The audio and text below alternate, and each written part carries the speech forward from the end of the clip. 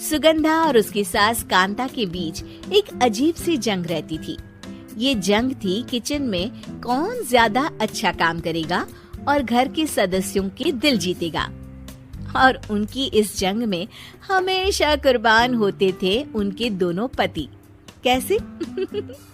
आइए देखते हैं इस किचन पॉलिटिक्स की कहानी में। एक दिन किचन में, माँ जी, आज मैं बना रही हूँ मेथी की सब्जी। इस खाने से घर वालों के पेट की सारी समस्या खत्म हो जाएगी। और मैं बना रही हूँ तड़के वाली छाछ, जिसे पीते ही गैस की समस्या कभी नहीं होगी। दोनों अपने अपने खाने को लेकर टेबल पर पहुँच जाती हैं।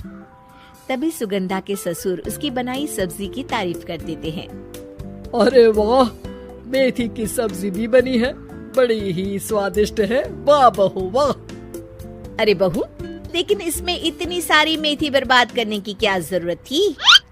देखिए माँ जी, ये तो वो मेथी है जो आप रात में भिगोकर सुबह उसका पानी पीती हैं, और जो मेथी फेंक देती हैं, उसी से मैंने ये सब्जी बनाई है। अरे वाह बहू, तुमने तो बड़ा ही समझदारी का काम किया। बस अब क्या था, कांता जी का तो मानो ये सुनकर खून ही सूख गया। वो फैसला कर लेती है कि किसी भी तरह वो अपने खाने की तारीफ लेकर ही रहेगी और सुगंधा को किचन में उसकी कमियां गिनाएगी। कांता फ्रिज खोलकर देख रही होती है और फिर सुगंधा से कहती है, अरे बहू, ये क्या, पूरा फ्रिज गंदा पड़ा है।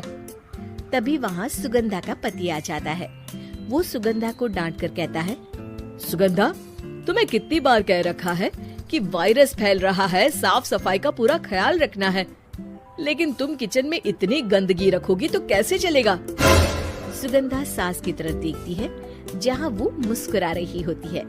सुगंधा समझ जाती है कि सास ने उससे बदला लेने के लिए ये सब किया है।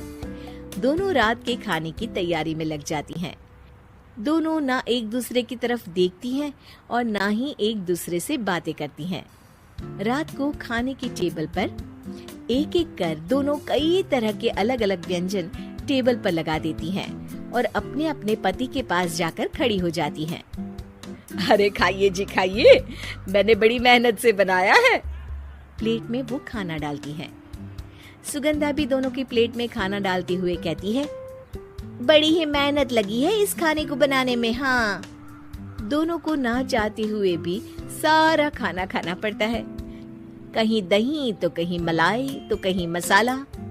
और इन सब के बाद दोनों बड़ी ही मुश्किल से अपने कमरे में सोने जाते हैं। लेकिन अगली सुबह सुगंधा का पति चिल्ला रहा होता है, हाय रे, हाय मेरा तो पेट खराब हो गया, हाय माँ बहुत दर्द हो रहा है। तो वहीं कांता के कमरे से भी कुछ ऐसी ही आवाज आने लगती है। हे भगवान, इस सास बहू की लड़ाई हमारी जान लेकर रहेगी। जाओ कोई डॉक्टर को बुला कर लाओ। डॉक्टर आते हैं। दोनों को देखकर कांता और सुगंधा से कहती हैं, देखिए, आप दोनों इन्हें खाने में हल्का ही दीजिएगा। हो सके तो रात का खाना जल्दी खाया करें और वॉक किया करें। इतना कहकर डॉक्टर वहाँ से चले जाते हैं।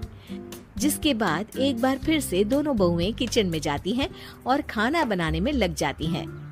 रात में खाने के टेबल पर दोनों एक बार फिर से खाना लगाने लगती है। पापा जी, मैंने ये पतली मूंग की दाल की खिचड़ी के साथ ये पापड़ और पुदीने की चटनी भी बनाई है। अरे बहू, अभी अभी बेचारे पेट की बीमारी से गुजरे हैं, इतना भारी खाना तो डॉक्टर ने भी मना किया है ना।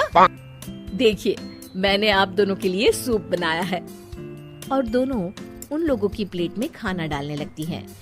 तभी दोनों एक साथ बोल पड़ते हैं, बस करो, हमें माफ करो, हमें नहीं खाना इस घर में, ना खिचड़ी और ना ही सूप। हम इंसान हैं, एक वक्त में एक ही खाना खा सकते हैं। बस करो, हमें माफ करो, हमें नहीं खाना इस घर में, ना खिचड़ी और ना ही सूप। हम इंसान हैं, एक वक्त में एक ही खाना खा सकते हैं। इतना कहकर वो दोनों वहाँ से चले जाते हैं। कहानी का अंत। आप लोग उम्मीद कर रहे होंगे कि अंत में सब ठीक हो जाएगा। नहीं जनाब, अगर सास बहू के बीच सब ठीक हो जाए तो आप ये सीरीज देखे ही क्यों? तो मजा लीजिए इस चैनल में सास बहू से जुड़ी कहानियों का, क्योंकि ये ऐसा रिश्ता है जिसकी मिठास उसकी खटास में हमेशा ज्यादा